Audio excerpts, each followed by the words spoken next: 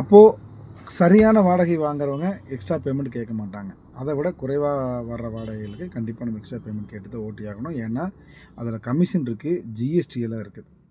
அதனால் இதுதான் extra payment கேட்கறதுக்கு உண்டான காரணம். ஃபஸ்ட்டு நம்மளும் அந்த விஷயத்தை நம்ம தெரிஞ்சு வச்சுக்கணும். அதாவது நம்ம எந்த வண்டியில் போகிறோம், அந்த வண்டிக்கு உண்டான வாடகை என்ன, நீங்கள் எந்த ஊருக்கு போனாலும் சாதாரணமாக ஒரு டிரைவர்கிட்ட நீங்கள் கேட்டிங்க அப்படின்னா அப்ளிகேஷன் புக்கிங்கில் மட்டும்தான் எக்ஸ்ட்ரா பேமெண்ட் கேட்பாங்க. நீங்கள் பர்சனலாக போனீங்க அப்படின்னா நீங்கள் எத்தனை கிலோமீட்டர் போனாலும் பிரச்சனை இல்லை. ஆனால் அப்ளிகேஷன் புக்கிங் வரும்போது அந்த அப்ளிகேஷன் புக்கிங்கில் எந்த மேப் காமிக்குதோ அந்த ரூட்டில் போனால் தான் சரியான அமௌண்ட்டு காமிக்கும்.